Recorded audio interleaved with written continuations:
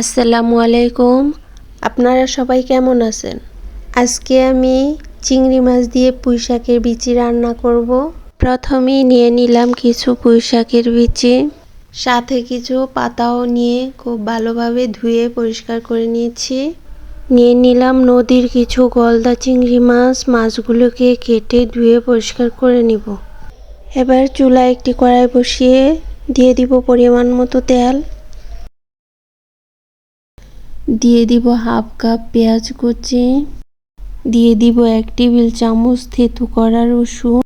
পেঁয়াজ আর রসুনটাকে একটু ভেজে নিব। এবার দিয়ে দিব হাফ টেবিল চামচ হলুদের গুঁড়া, হাফ টেবিল চামচ মরিচের গুঁড়া। এবার একটু পানি দিয়ে মশলাটাকে কষিয়ে নিব। মশলাটা কষানো হয়ে গেছে। এদিকে আমি চিংড়ি মাছগুলো কেটে ধুয়ে পরিষ্কার করে নিয়েছি। এবার দিয়ে দিব হাফ টেবিল চামচ লবণ।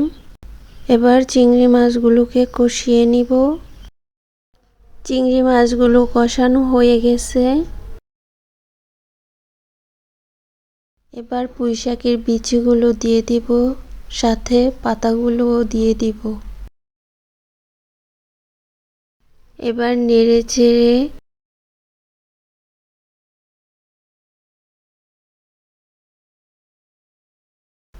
ঢাকনা দিয়ে ঢেকে রান্না করব। এবার ঢাকনা খুলে একটু নেড়ে দিব।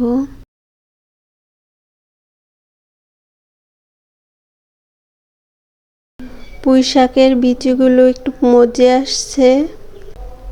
এবার দিয়ে দিব একটু পানি।